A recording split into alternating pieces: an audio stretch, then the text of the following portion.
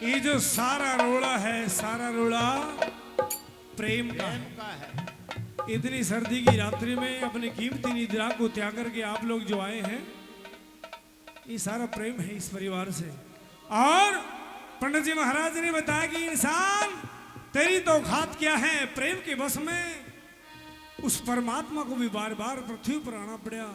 और कब कब आए भगवान, कैसे क्या बताया, सुनिए। बहुत अच्छे।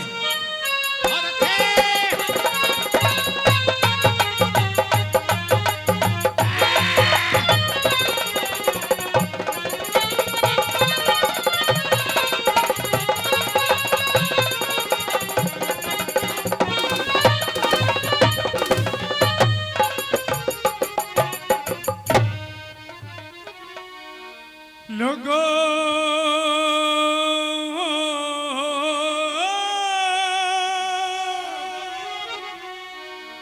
एक प्रेम का बस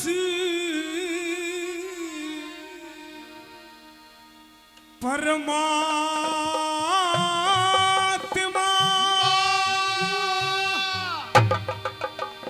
किसे प्रेमी को दर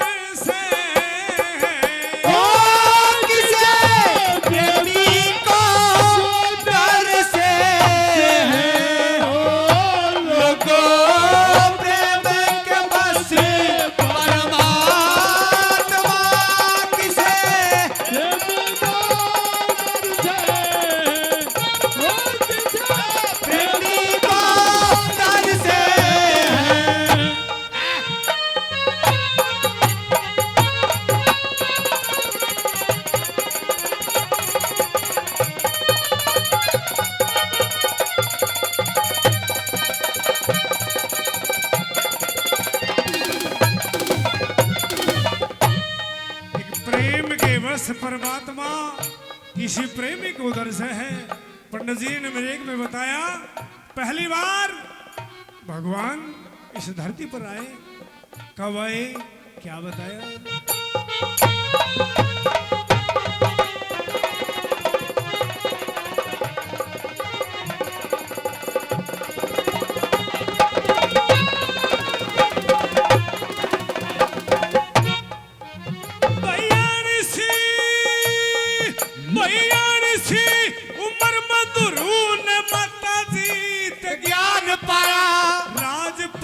सब छोड़ दिया, कुछ ना सम्मान पाया।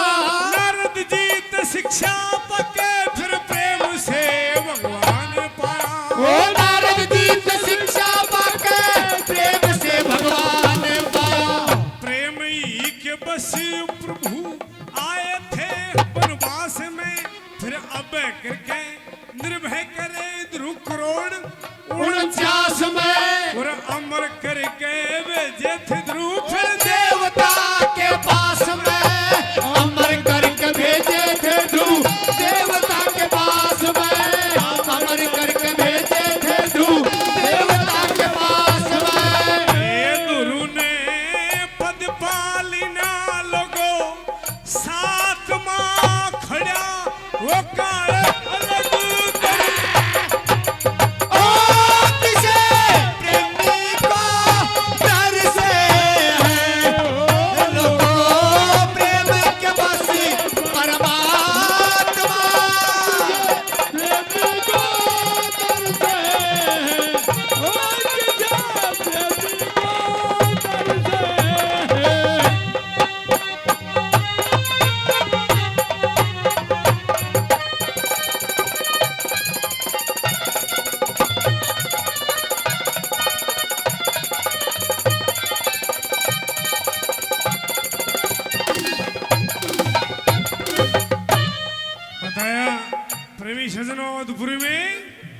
महाराज उत्तान पाद को दो रानियों से दो संतान उत्पन्न हुई। बड़े का नाम ध्रुव, छोटे का नाम उत्तम। एक रोज छोटे भाई उत्तम का जन्मदिन मनाया जा रहा है राजमहल में। ध्रुव ने देखा कि आज मेरी मौसी के महल में जगमगाहटी रोशनी कैसी है। अपनी माँ के पास में गया कि माँ, आज मेरी मौसी के महल में रोशनी कैसी। बेटा, तेरा भाई उत्तम है, उसका जन्मदिन है। प्रेमी सजनों, भाई भाई का प्रेम था। माँ से बिना पूछे वो ध्रुव अपनी मौसी के महल में चला जाता है। देखता है महाराज उत्तानपाद सिंहासन पर बैठे हुए हैं और ध्रुव जाकर के अपने पिताश्री की गोद में बैठ गया। मौसी से देखा नहीं गया, ध्रुव का हाथ पकड़ करके नीचे उतारा, लात मार दी कि आज के बाद में इस गद्दी पर आकर के बैठ गया तो मेरे से बुरा कोई नहीं होगा। बालक था, रोने लगा। अपनी माँ के पास में गया कि माँ, आज मेरी मौसी ने मुझे लात मारी। क्यों बेटा? क्योंकि मैं जाकर के अपने पिता श्री महाराज उत्तानपाद की गोद में बैठ गया। लगो माँ संस्कार दे रही थी, अरे बेटा ध्रुव, तेरी गलती है, तू उस गोद में जाकर के बैठा ही क्यों जो आज है कल नहीं। तू ऐसी गोद में जाकर के बैठ जा, एक बार बैठने के बाद में तुझे कोई उतारने वाला ही पैदा नहीं हुआ। माँ, वो गोद किसकी है? माँ कहती है बेटा वो गोद उस परम पिता परमात्मा की जय हो। लेकिन वहां तक जाने का रास्ता कहने लगी कि बेटा भगवान से प्रेम कर ले, उसकी भक्ति कर ले। 5 साल की छोटी उम्र में बताते हैं ध्रुव जंगल बियाबान में चले जाते हैं। प्रेमी सजनों, पहले महीने एक टाइम भोजन किया, दूसरे महीने में भोजन का त्याग कर दिया, जल के सहारे भगवान का नाम लिया, और तीसरे महीने में जल को भी त्याग दिया, सिर्फ वायु का सेवन किया। 4 महीने बीते, भगवान का सिंहासन हिलता है और आकर के ध्रुव को आशीर्वाद देते हैं कि जाओ, सप्त ऋषियों में जब तक ये भूमंडल रहेगा तुम्हारा नाम लिया जाएगा। आज भी ध्रुव तारे के नाम से ध्रुव महाराज को पूजा जाता है। नंबर 2 में पंडित जी ने क्या बताया, भगवान कब आए?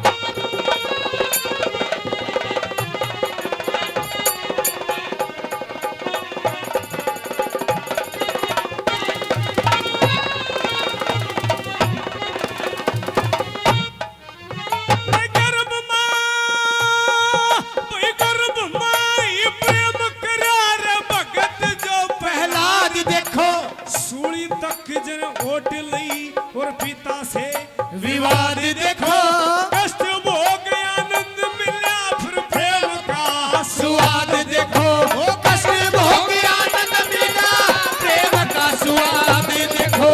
प्रेम ही के बसी उस परमात्मा को आना पड़ा, अनुचित रूप उस भगवान को बनाना पड़ा।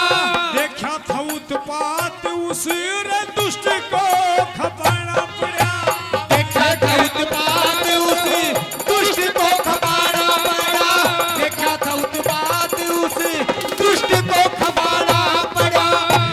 दुखी दुखी भगति की आत्मा बने वो नरसिंह खले दर से प्रेमी को दर से है। ओ लोगों, परमात्मा भक्ति दर से है। दर से है।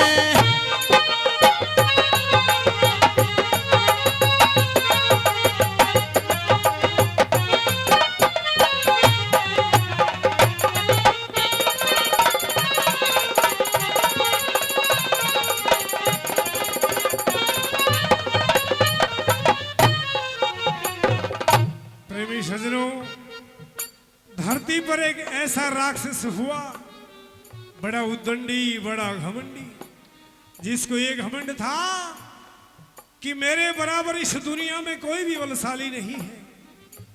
कहता था कि भगवान नाम की कोई चीज है तो मैं हूं। कौन हुआ?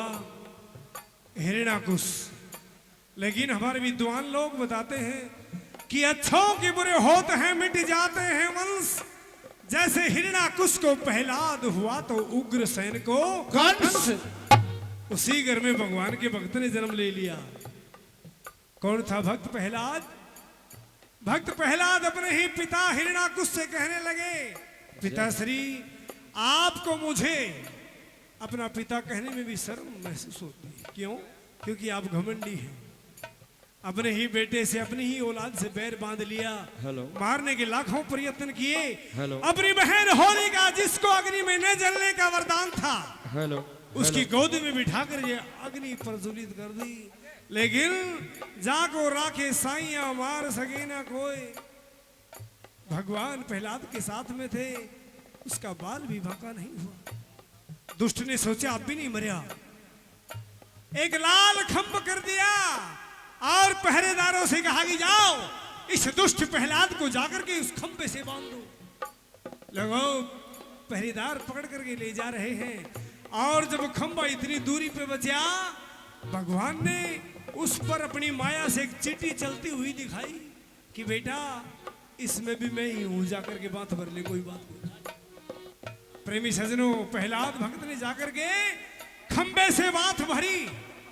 दुष्ट हिरण्याकुश ने सोचा अब भी नहीं मरा, अपनी तलवार निकालता है म्यान से बाहर और भक्त प्रहलाद को मारने के लिए जब हिरण्याकुश दौड़ता है तो खंभ फटता है। एक विचित्र मूर्ति निकलती है, आधा शेर आधा मनुष्य। बोलिए नरसिंह भगवान की जय हो। पहले हमारे बड़े बुजुर्ग घरों में कैलेंडर लगाया करते, आधा शेर आधा मनुष्य। प्रेमी सजनों, जब देखा दुष्ट हिरण्याकुश दौड़ने लगा, भागने लगा, भगवान ने जाकर के दुष्ट को पकड़ लिया, बोले मारूंगा। क्यों, कौन है तू मारने वाला? तेरी तो हिम्मत क्या है? मैंने शंकर भगवान की तपस्या की है, मैंने वरदान पाया है, ना तो मैं दिन में मरूंगा, ना मैं रात में मरूंगा, ना धरती में मरूंगा, ना मैं आसमान में मरूंगा, ना मैं मनुष्य से मरूंगा, ना मैं जानवर से मरूंगा, ना मैं जल में मरूंगा, ना थल में मरूंगा। भगवान ने बोले फिर कदम मरेगा भी? बोले ना बाहर मरू ना भीतर मरू, कभी नहीं मरे। बोले ना अस्त्र से मरूंगा ना शस्त्र से मरूंगा। भगवान उस दुष्ट हिरण्याकुश को पकड़ करके और दिल पे ले गए, आधा बाहर आधा भीतर। बोले बाहर से, बोले ना, और बोले भीतर, बोले भीतर भी कोने, बोले मारूंगा, अब भी नहीं मरने वाला। क्यों? ना तो मैं दिन में मरूंगा ना रात में मरूंगा, ये भी मेरे पास में वरदान है। भगवान ने कहा रे पागल, सूर्य नारायण की तरफ नजर उठा करके देख। भगवान ने दुष्ट को ऐसे समय पर पकड़ा प्रेमी सजनों, जिस समय सूर्य नारायण भगवान आधे गर्भ में थे आधे बाहर थे। बोले दिन से, बोले ना, बोले रात होगी नहीं, बोले रात भी नहीं, बोले तो मारूंगा, अब भी नहीं मरने वाला। क्यों? ना तो मैं धरती में मरूंगा ना मैं आसमान में मरूंगा।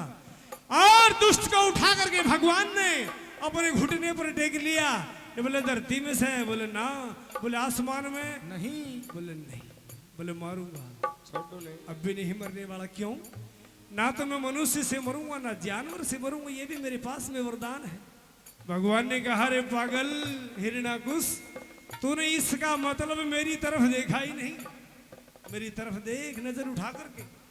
और दुष्ट हिरण्याकुश ने भगवान की तरफ देखा, आधा शेर आधा मनुष्य। दुष्ट की आंखें फटी की फटी रह गई और भगवान ने अपने घुटने पर दुष्ट हिरण्याकुश को रख करके और अपने शेर रूपी नाखूनों से दुष्ट का सीना चीर दिया। ऐसे हैं प्यारे प्रभु। नंबर 3 में क्या बताते?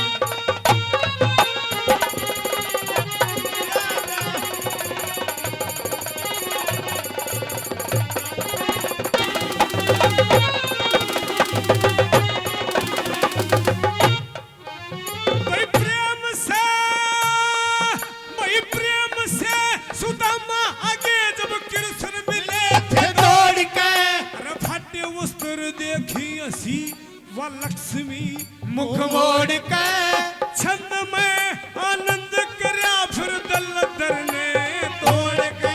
हो छंद में आनंद करया, दलदर को तोड़ के।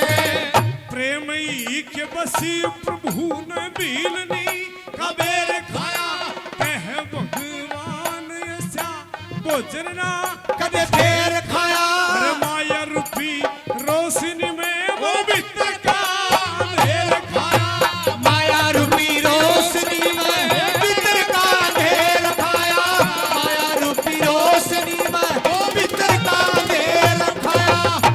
लोगो प्रेम हटनी जो ना गात मां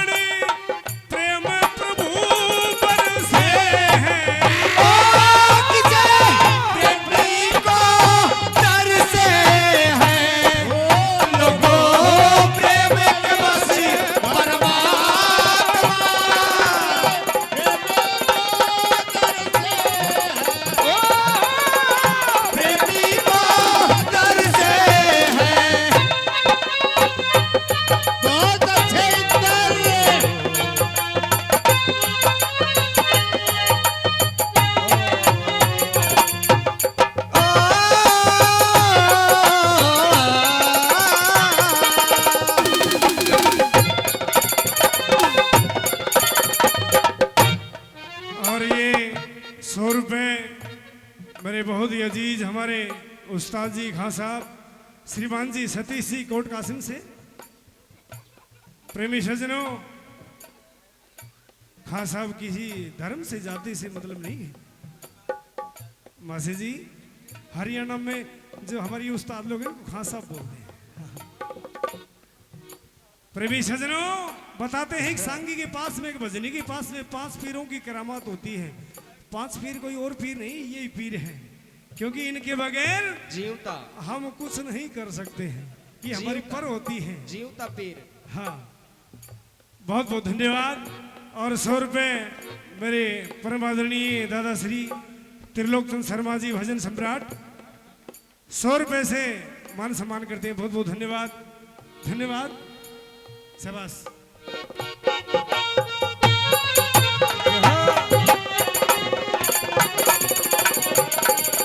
जय हो।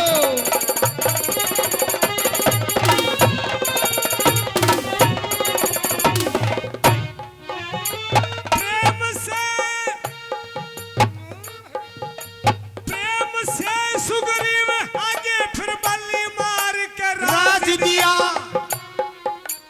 प्रेमी सज्जनों, श्री राम प्रभु जब सीता मैया की खोज में वन में भटक रहे थे, सुग्रीव महाराज श्री राम प्रभु की शरण में आ जाते हैं कि भगवान, मेरा जो बड़ा भाई है बाली, उसने अपनी बेटी समान मेरी वधू पर ध्यान दिखाया है। भगवान ने अपने भक्त की पुकार सुनी और बाली को एक तीर मारा, बाली मूर्छित हो गई। तुलसी बाबा ने रामायण में हम एक चौपाई में लिखा है कि जब बाली मरने वाले थे, मूर्छित होने लगे, कह रहे थे कि हे भगवान, अरे मैं बैरी सुग्रीव प्यारो कारण कौन नाथ मोहे मारो। भगवान, मैं तो तुम्हारा दुश्मन कैसे हो गया, और जो मेरा भाई सुग्रीव है वो तुम्हारा भक्त, तुम्हारा प्रेमी कैसे हो गया।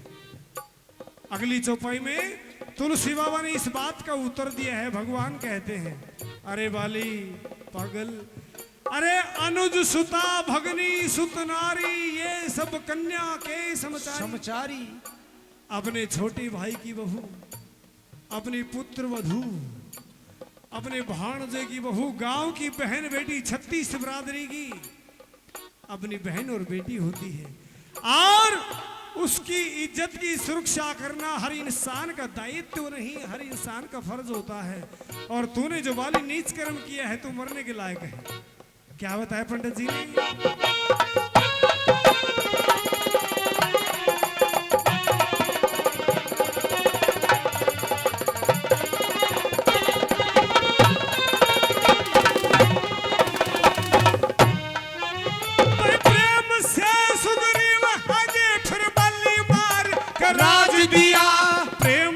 विभीषण आ गया, गढ़ लंका का ताज दिया। विभीषण महाराज श्री राम प्रभु की शरण में आ जाते हैं। भगवान ने दरिया की मिट्टी उठाई और विभीषण को तिलक कर दिया कि जा, लंका का राज तेरा। प्रेमी सज्जनों, लक्ष्मण जी ने हाथ पकड़ लिया कि भगवान, आप ये विभीषण जी आते ही आपने लंका का राज विभीषण को दे दिया। अगर थोड़ी देर के बाद में वो दुष्ट रावण तुम्हारी शरण में आ गया तो भगवान कहते हैं कि ये भैया लखन, अगर वो दुष्ट रावण शरण में आ जाएगा तो उसे मैं अपनी अयोध्या का राज दे दूं। भगवान, वो तुम्हारा नहीं है, वो तो तुम दे चुके हो भाई भरतलाल जी को। अरे लखनलाल, मेरे छोटे भाई भरत को मैं वैकुंठ का राज दे दूंगा, लेकिन भगवान फिर आप कहाँ रहोगे। भगवान कहते हैं, मेरे जीव भक्त है ना, इनके दिलों में लक्ष्मण मेरे लिए रहने के लिए काफी जगह है। क्या बात। मैं इन भक्तों के दिलों में विश्राम करूंगा। क्या कहा पंडित जी ने नंबर 4 में?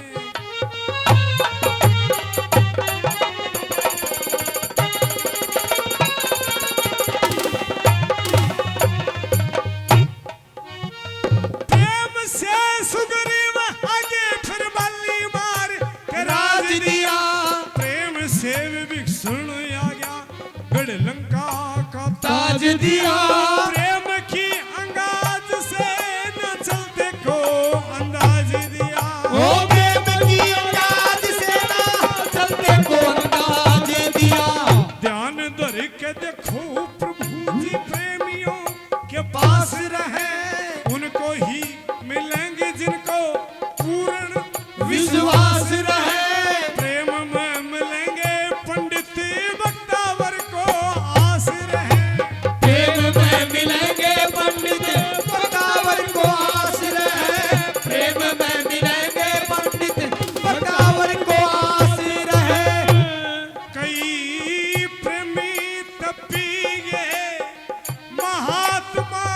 सत